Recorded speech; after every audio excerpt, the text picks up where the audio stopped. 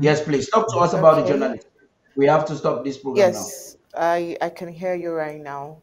All right, so of course this is no news, but then we would continue to report until the needful is done.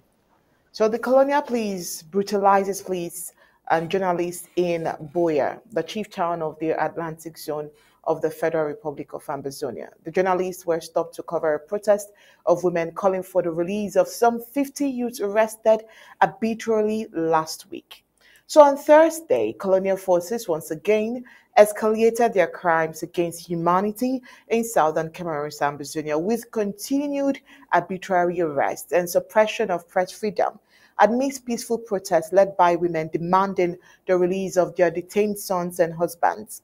Journalists face severe restrictions and intimidation as the military refused them access to cover the unfolding events.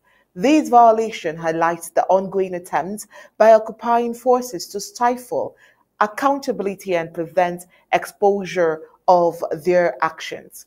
So, journalists in Boyer, a prominent Atlantic town in Amazonia, reported alarming instances of abuse at the hands of La Republic du Cameroon colonial army.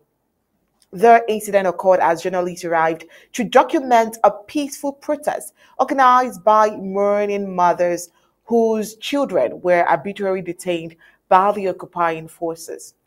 The colonial forces had abducted 50 youth the previous week without any official explanation, in what locals believe is part of a broader strategy of kidnapping for ransom.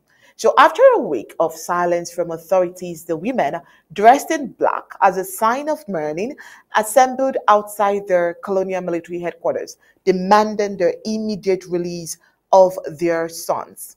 Upon arrival, journalists covering the protest encountered brutal resistance. The colonial forces threatened and assaulted reporters, confiscating equipment and deleting footage to prevent documentation of the protest.